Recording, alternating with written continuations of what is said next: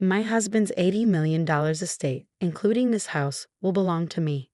We don't have any kids, so everything rightfully comes to me, my sister-in-law declared smugly. My name is Riley, and I'm a 45-year-old part-time worker. My husband and I have 2 sons. One is a high school senior preparing for college, and the other is a sophomore. My eldest is set to take his university entrance exams this year, aiming to become a lawyer. He has been passionate about law since childhood, likely influenced by my older brother, Malcolm. Malcolm is a lawyer who established his own firm years ago and now employs several attorneys. My eldest, having grown up admiring my brother's work, has always been an excellent student. Even in elementary school, he excelled academically. When Malcolm heard about my son's dream, he was thrilled and encouraged him wholeheartedly.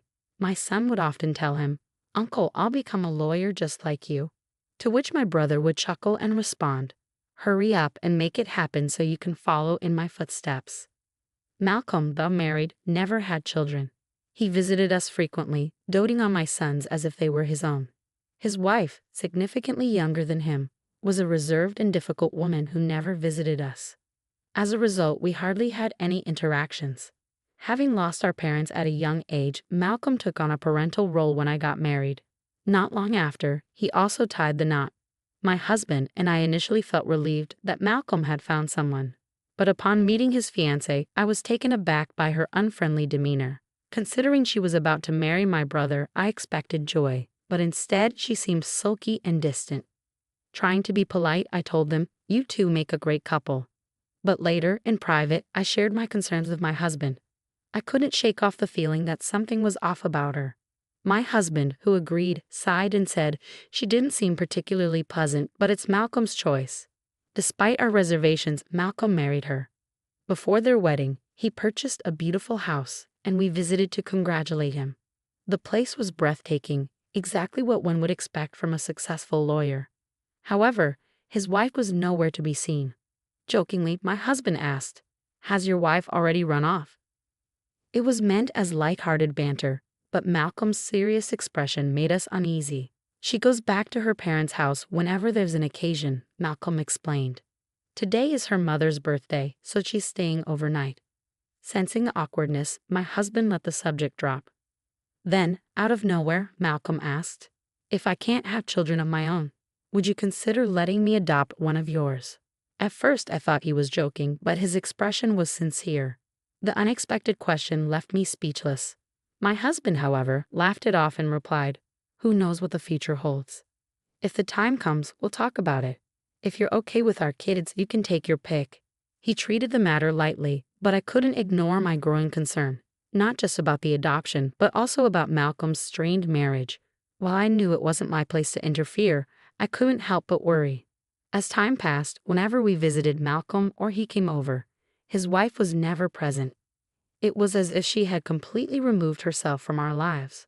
More than 10 years passed, and I had nearly forgotten about her existence. This year, my eldest was accepted into his dream law school. During our celebration, Malcolm revisited the topic of adoption. "As I mentioned before, would you consider letting me adopt one of your sons?" he asked. Now that he and his wife had been unable to conceive, the question carried a new weight. The last time it felt like a casual inquiry, but this time Malcolm was serious. My husband, still treating it lightly, replied, "Would you prefer our eldest son since he's pursuing law?" While my husband was quick to suggest it, I hesitated. It was a major life decision, and I couldn't overlook my concerns about Malcolm's wife. Would she mistreat my son if he weren't biologically hers? So I asked, "Is your wife on board with this?" Malcolm gave a strained smile. "Don't worry about her. We've talked it over." Relieved yet still cautious, I decided to consult my sons before making any decisions. They were old enough to have a say in our futures. That day, the conversation ended without a resolution. A few days later, I received an urgent call from Malcolm's law firm. He had collapsed. I rushed to the hospital, where his staff stood anxiously outside his room. He had suffered a stroke at work and was unconscious. Strangely, no one had been able to reach his wife. I tried calling their home, but there was no answer, and I didn't have her cell number. My husband and younger son arrived, equally worried. While searching through Malcolm's belongings, my second son found his phone. We unlocked it and dialed her number. The moment she answered, she snapped, "I told you not to call me again. I'll sue you." Startled, I spoke calmly. "It's Riley, Malcolm's sister. He collapsed and is in the hospital." Her tone shifted instantly. "Oh, I'm so sorry. I thought it was Malcolm. Did you say he collapsed?" I explained his condition and the hospital's location, expecting her to rush over. Instead, she responded cheerfully, "I'm busy right now, but let me know if anything changes." Then she hung up. I was stunned. How could she be so indifferent? Realizing she wouldn't be any help, we took charge of Malcolm's care. Since my eldest had finished his exams and had free time, he visited his uncle daily. Malcolm never regained consciousness, and despite his critical condition, his wife neither visited nor called. A week later, I decided to call her again. She picked up immediately, her voice light with curiosity. "What's up? Has he died?" Her words sent a wave of fury through me, but I kept my voice steady. "No, he's still alive. Why haven't you visited him?" Her response was cold. "I'm not a doctor, and I'm not a miracle worker. There's nothing I can do." Furious, I ended the call. That conversation made me suspect that Malcolm's desire to adopt my son had been a desperate attempt to find happiness in a marriage that had already failed. When I brought it up to my husband, his response was grim. If Malcolm passes away, his wife inherits everything since they have no children. I regretted not deciding on the adoption sooner, but it was too late now. When I casually mentioned it to my sons, my second son surprised me by saying, "I'd be happy to be adopted." Unlike his older brother, who had clear ambitions, he saw adoption as an opportunity for an easier life. I had expected my second son, who idolized his older brother, to also express interest in being adopted. However, he surprised me by firmly stating, "I don't want to be adopted. As the eldest, it's my responsibility to take care of you and Dad." His words filled me with joy, but deep down, I knew that my eldest, who dreamed of becoming a lawyer, was the one best suited to be adopted by Malcolm. Unfortunately, since my brother was unconscious, I couldn't proceed with the adoption on his behalf. It wasn't the inheritance I cared about. I simply didn't want a single cent of my brother's wealth to fall into my sister-in-law's hands. She seemed to be eagerly waiting for his passing. But there was nothing I could do except pray for my brother's recovery. Sadly, that never happened. A few days later, Malcolm passed away. With no other choice, I contacted my sister-in-law. "My brother has passed away," I informed her. "We need to arrange the funeral." To my shock, she responded cheerfully, "Handle everything yourself. Just make sure I'm not listed as a pallbearer. I have no interest in formalities." Before I could say another word, she abruptly hung up.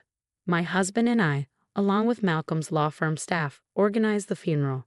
Though my husband was concerned about the firm's future, Malcolm had planned everything in advance. While he was the representative lawyer, he had entrusted the firm's management to a reliable colleague. As a result, the firm would continue operating smoothly.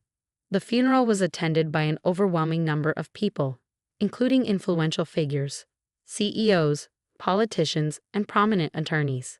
The sheer number of wreaths alone made it clear how respected my brother had been. My eldest son helped with the arrangements, but my second son, upon seeing the caliber of attendees, sighed in regret. "I should have agreed to be adopted," he muttered. "I never realized how important Uncle was." My husband and I understood his feelings. Since my sister-in-law was absent, I stood as a pallbearer. Surprisingly, no one questioned her whereabouts. It made me wonder if anyone besides us even knew she had been married to my brother. Malcolm and his wife had never held a wedding ceremony, just a honeymoon, so many of our relatives might not have even been aware of their marriage. Seeing how things turned out, I couldn't help but think it would have been better if they had never married at all. What's the point of a wife who doesn't even show up to her husband's funeral? I regretted not allowing my brother to adopt my son when I had the chance. Because of that, I feared his entire estate would now belong to his wife. Once the funeral concluded, I invited everyone to Malcolm's house for a meal to express my gratitude. "Thank you all. Because of your support, my brother can now rest in peace," I said. The atmosphere was heavy with sorrow until an unexpected guest arrived. Wearing a flashy pink coat, my sister-in-law suddenly made an entrance. "What are you doing here now?" I asked, unable to hide my disdain. She smirked and in a loud, triumphant voice, declared. My husband's $80 million estate and this house will be inherited by me. Since we had no children, everything belongs to me. Her bold declaration was met with unexpected laughter from Malcolm's law firm staff. Confused, we all turned to look at them. Furious, my sister-in-law snapped, "What's so funny? You're being incredibly rude." One of the lawyers smirked and replied, "We all knew you were officially divorced. The settlement was finalized the day before Malcolm collapsed." My eyes widened. "What? You were divorced?" My sister-in-law's face contorted with rage as she glared at the lawyers who had just exposed the truth. Clenching her teeth, she looked ready to explode until another lawyer added fuel to the fire. "In addition, you were ordered to pay alimony. The divorce was caused by your affair, so it was inevitable." Her face turned red as she shouted, "Who am I supposed to pay alimony to? My husband is dead." She smirked, thinking she had found a loophole. But she was dealing with professionals. "The right to alimony is inherited," the lawyer countered. "Riley, as Malcolm's legal heir, is entitled to receive it from you." For the first time, it dawned on me. I was my brother's sole inheritor, with no parents and no children of his own. Everything now legally belonged to me. My sister-in-law's expression shifted from anger to sheer horror, but instead of accepting defeat, she shouted in desperation, "What about the estate? Even if the divorce was finalized, I should still get half." A lawyer calmly responded, "Malcolm already gave you a settlement payment. We have the receipt on record. Furthermore, this house was purchased before your marriage, so it isn't subject to division." It was satisfying to watch her be shut down by legal logic at every turn. Yet she still had one last desperate card to play. "What about life insurance?" she sneered. "I was the beneficiary, wasn't I?" I had to admire her tenacity, even in the face of overwhelming opposition. But once again, the lawyer delivered the final blow. Malcolm was meticulous. He changed the beneficiary after the divorce. I searched through my brother's belongings and found the life insurance policy. The moment my sister-in-law saw it, she snatched it from my hands and frantically checked the document. As soon as she saw the name listed, her shoulders slumped in defeat. I took the paper from her and saw it for myself. The beneficiary was me. Finally realizing she had lost everything, my sister-in-law screamed in frustration. "I only married Malcolm because I thought he was rich. And now I get nothing. On top of that, I have to pay alimony. This is a disaster." A lawyer coldly responded, "Malcolm felt the same way. He regretted marrying you without consulting a marriage counselor." Though my brother had never shared those feelings with me, I could tell he had been open with his colleagues. With nothing left to fight for, my sister-in-law stormed out of the house. Later, she tried to pay alimony in installments but struggled because she had never held a proper job. Desperate, she signed up with a marriage counseling agency again, hoping to find another wealthy husband. She ended up scamming a man by pretending she needed money for their future together.